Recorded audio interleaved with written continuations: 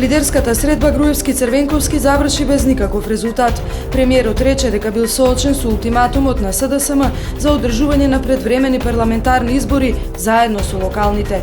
Црвенковски рече дека нема отстапување од условите за одржување фер и демократски избори. По едномесечен бојкот пратениците на НДП се враќаат во собранието. Зекири и Креци, како опозиција, ќе предложат формирање анкетна комисија која треба да ги истражува случувањето од 24 декември. Брутално семејно насилство кое заврши со смрт на дете. 46 годишен Радовишанец вчера го претепа својот 8 годишен син кој починал од повредите. Неефикасноста на центрите за социјални работи го доведуваат во прашање растот и развојот на децата, реагира Меѓаши.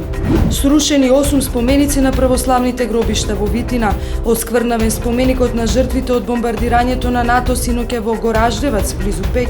Косовската полиција суспендираше 5 полицајци. Невработеноста во Грција ја достигна бројката од околу 800.000 луѓе.